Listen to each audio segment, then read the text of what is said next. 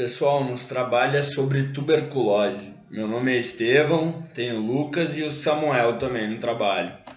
Então, a tuberculose pode ser manifestada de duas formas: pulmonar, a mais comum, que afeta o sistema respiratório, e a extrapulmonar, que afeta o sistema imunológico, e é frequente em pacientes com doenças degenerativas que comprometem esse sistema.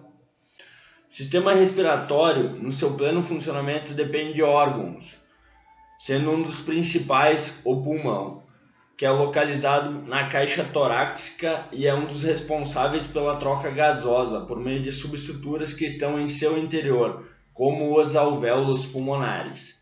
Em pessoas que o sistema imunológico se encontra debilitado ou sobrecarregado devido a alguma doença, como câncer, HIV, os mecanismos de defesa estão sobrecarregados, combatendo-as, deixando assim os alvéolos e outros órgãos e sistemas desprotegidos, sendo que assim livre para invasores como Mycobacterium tuberculosis ou bacilo de Koch, bactéria causadora da tuberculose.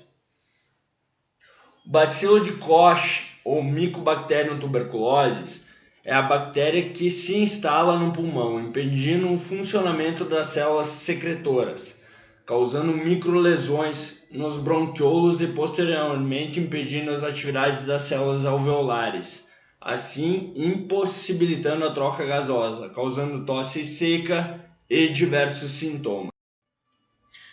Sintomas. Os sintomas da tuberculose pulmonar se dão principalmente pela fadiga e o cansaço, devido à diminuição do oxigênio presente no sangue e, consequentemente, uma perda de massa corporal.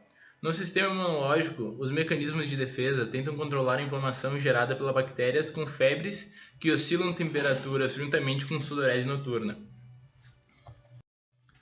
O diagnóstico dessa patologia é feita pela identificação dos sintomas e por exames bacteriológicos como bacilocopatia,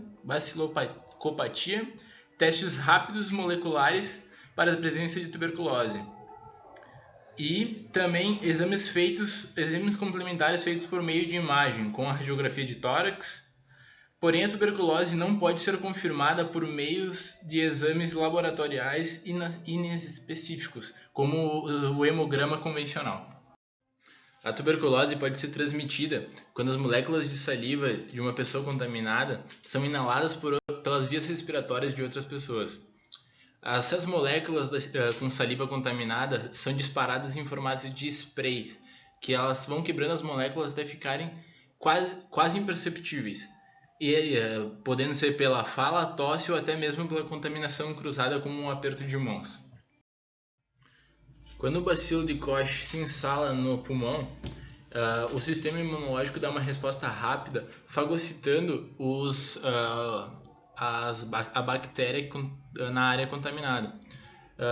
Só que quando a resposta do sistema imunológico não é eficiente, ocorre uma necrose na área, que vai gerando líquido que vai debilitando gradativamente os órgãos, impedindo a troca gasosa pelos alvéolos, impossibilitando a respiração, assim gerando a fadiga e o cansaço.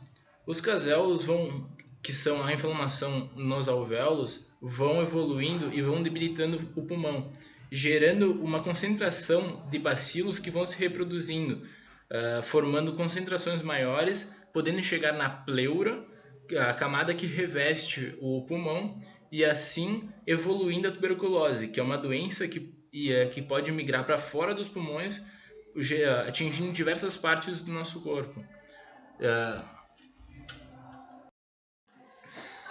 Tipos da patologia: tuberculose extrapulmonar. A tuberculose é uma doença infecciosa que pode migrar para fora do pulmão em sujeitos que não têm o sistema imunológico em pleno funcionamento. Esses casos são chamados de tuberculose extrapulmonar e pode ter diversos tipos. Tipo 1, então, tuberculose miliar. É quando o bacilo chega na corrente sanguínea, podendo chegar em todos os órgãos, tendo risco de meningite. Esse é o tipo mais severo da doença. É um caso, então, que depende um pouquinho mais da atenção dos médicos, precisa de um acompanhamento. Então, essa é uma tuberculose que pode afetar um ou vários órgãos ou ocorrer por todo o corpo. Mais frequentemente, ela afeta os pulmões, o fígado e a medula óssea, mas pode afetar qualquer outro órgão, incluindo os tecidos que recobrem o cérebro e a medula espinhal, e também a membrana de 2 camadas ao redor do coração, o pericárdio. A tuberculose miliar, então, ela ocorre mais frequente em crianças com menos de 4 anos de idade, pessoas com sistema imunológico debilitado e pessoas mais velhas. Tuberculose óssea, então, como o nome já diz, atinge os ossos, tipo incomum que ocorre quando o bacilo consegue entrar nos ossos causando inflamação, muitas vezes sendo diagnosticada e tratada de maneira equivocada. Esse é um caso, então, que ele atinge mais os ossos do quadril, da coluna e do joelho. O tratamento de todos eles podem ser feitos por acompanhamento médico de antibióticos ou fisioterapia em alguns casos. O terceiro, então, é o ganglionar, quando os gânglios do sistema linfático são acometidos pelo bacilo. Então, é uma variedade de tuberculose, então, também, que não infectam os pulmões, como de costume, mas sim os gânglios, órgãos do corpo onde está situada a grande parte das células de defesa.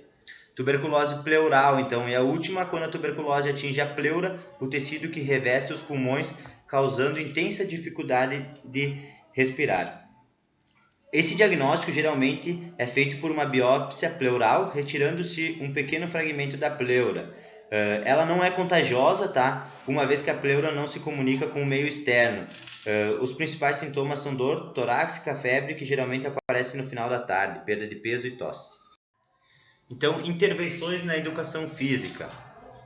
Como futuros profissionais de educação física, há intervenções que nós precisamos fazer para garantir um bom estado e uma boa saúde para pessoas com tuberculose. São, então, cuidados que se detêm com a modificação do treinamento, periodização, sobrecargas, os cuidados com exercícios que demandam alto índice de VO2 e trabalham com uma exaustão aeróbica e anaeróbica, visto que esses indivíduos portadores de bactéria têm uma capacidade cardiovascular reduzida e sua recuperação a longo e curto prazo são atípicos e podem variar pelo tipo de nível da patologia. Então, como todos nós sabemos, o exercício físico, a educação física, todo tipo de exercício que fizer, por mínimo que seja, ele já te traz benefícios. Então, nesses casos, não é nenhuma especialidade, tá? Então, só precisa de alguns cuidados na hora de modificar o treino, das sobrecargas em exercícios, como eu disse ali, anaeróbicos ou exercícios aeróbicos, tá?